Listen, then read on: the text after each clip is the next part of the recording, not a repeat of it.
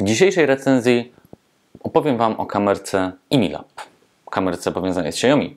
Ale to nie będzie dobra recenzja, bo jedyne co jest związanego dobrego z tą kamerką jest to, że po tym jak ją kupiłem, to 2 tygodnie później miałem już nową kamerkę. A Wy oglądacie ten film po to, żeby nie popełnić mojego błędu, bo mimo, że ta kamerka jest w każdym większym markecie, jest wszędzie, chyba nawet w Biedronce ją kiedyś widziałem, to jej nie powinniście kupować. A w tym filmie poznacie 4 powody dlaczego.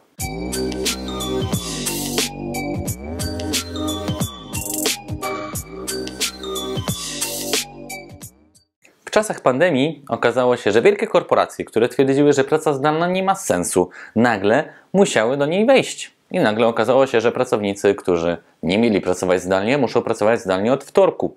Jesteśmy co prawda już 2 lata po pandemii, już mieliśmy 7 jej zakończeń, teraz jest chyba 8, czy jakoś tak, nie wiem, przestałem liczyć po 4, jeżeli mam być szczery. Niemniej jednak okazało się, że potrzeba kamerek internetowych, no bo fajnie jest mimo wszystko raz na 3 lata się zobaczyć, jak jesteśmy na jakiejś wideokonferencji.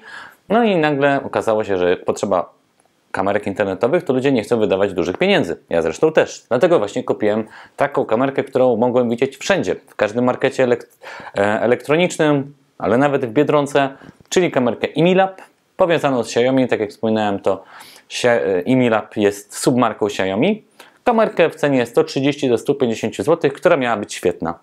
Ale nie jest. O tym jest właśnie ten film i przechodzimy do punktu numer 1. Punktem numer 1 jest ten oto uchwyt. Co z nim jest nie tak? Nie wiem, ale coś z nim jest nie tak. Bo nieważne jak go ułożę na moim monitorze, a nawet próbowałem go na 2 monitorach, jeden na Dellu, drugi na AOC, to bez względu na to kamerka zawsze się gibie. I zawsze na przykład mi leci na dół i zamiast mojej twarzy widać moje popiersie. Albo pójdzie trochę wyżej i wtedy widać tylko szczyt mojego czoła i kamerka zawsze, ale to zawsze jest w złej pozycji. To jest strasznie irytujące, bo masz tak, coś mówisz, trochę w górę. Mówisz, trochę w dół. Masakra. Więc pierwsza rzecz, to jest właśnie ten uchwyt, który teoretycznie, nawet jak się nim teraz bawię, to jest stabilny. Więc co jest z nim nie tak? Nie wiem, ale w mojej nowej kamerce od Logitecha niby taki sam uchwyt, a trzyma. Punkt numer 2, czyli jakość.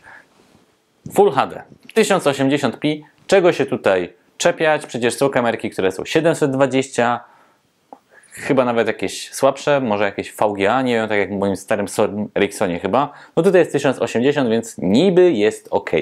A jak jest w rzeczywistości? W rzeczywistości wyglądam, jakby naprawdę potrzebował retinoskorbinu, bo jestem mega niewyraźny. Strasznie, i to nie jest kwestia tego takiego sztucznego ulepszania, jak na przykład było w telefonach Huawei, albo na przykład Vivo też ma takie ugładzanie, dzięki czemu przestajemy mieć zmarszczki, przestajemy mieć jakiekolwiek pryszcze. Nie, tutaj po prostu jakbym miał taki telefon sprzed 10-15 lat. Niby jest fajna jakość, ale tylko i wyłącznie na papierze. Strasznie niewyraźny obraz. Teraz możecie zobaczyć, jak mnie widać na ekranie.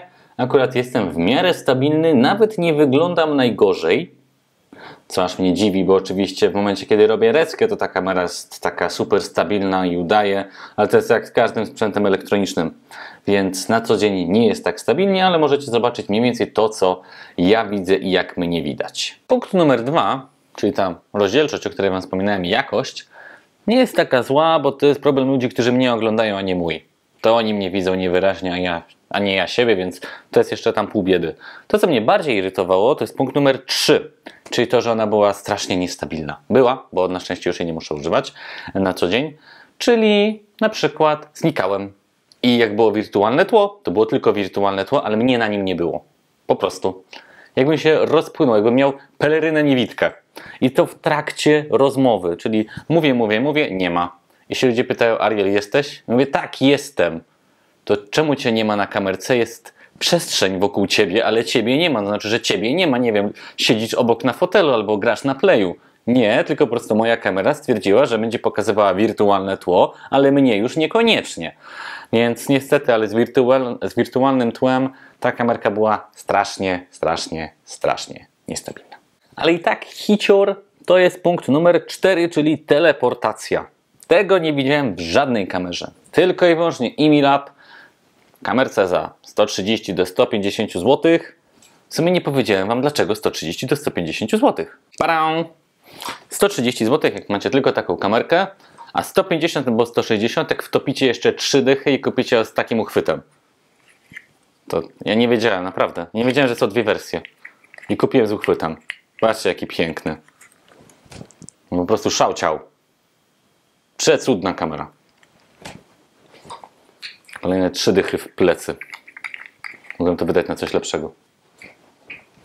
Wracając do punktu numer 4, czyli teleportacji. To był mój ulubiony punkt.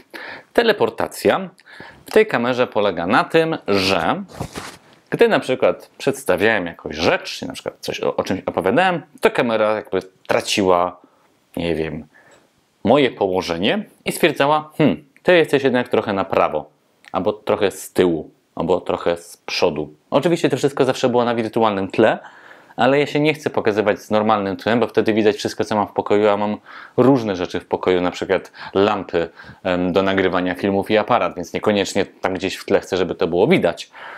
Więc miałem wirtualne tło. No i wtedy się teleportowałem. I spróbujcie się skupić na rozmowie. Nieważne, jak bardzo to jest poważna rozmowa. Jak człowiek, z którym rozmawiacie, popyla po całym ekranie. To tu, to tam, to macie jego twarz full, na super blisko, to macie jego twarz jakby był 3 pokoje dalej. Ludzie mi przerywali w trakcie robienia jakiejś konferencji albo w trakcie jakiejś prezentacji i prosili, żebym wyłączył kamerkę, bo się nie umieją skupić. Bo jedyne co robili, to grali w to, gdzie będzie za chwilę Ariel. No i weź tutaj, próbuj robić jakieś poważne biznesy, jak popylasz po całym ekranie. To była najbardziej dziwna funkcja tej kamerki. Ale jeszcze powinienem, bo to jest teoretycznie recenzja, więc powinienem powiedzieć jakieś takie plusy tej kamerki, czy jakieś zalety, jest na USB. To w sumie tyle.